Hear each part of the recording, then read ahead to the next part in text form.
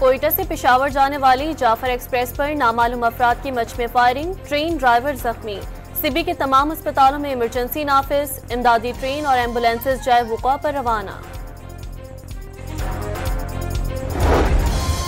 Adiala jail के दाखिली दरवाजे पर पीटीआई वकला और अलीमा खान के माबैन तल्ख कलामी। आप अब तक बानी के लिए अदालत से क्या रिलीफ लिया? अलीमा खान का वकला से सवाल।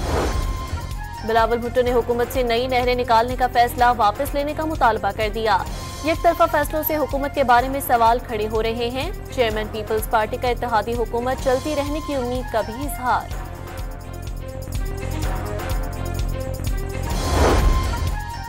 एनएलसी की खलीजी ममालिक के लिए पहली कंट्रोराइज परचम बिरादर बहरी सर्विस का आगाज। कराची गेटवे टर्मिनल लिमिटेड पर तकरीब। सर्विस इब्तदाई तौर पर 2 बहरी जहाजों के साथ काम करेगी। मुस्तकबिल में मरहलावार तौसी का मंसूबा। दानिश स्कूलों के बाद दानिश यूनिवर्सिटी का कयाम अमल में लाया जाएगा। वजीर आजम शहबाज शरीफ का ऐलान। मंसूबे का तखमीना 190 मिलियन पाउंड है। तकरीब से खिताब।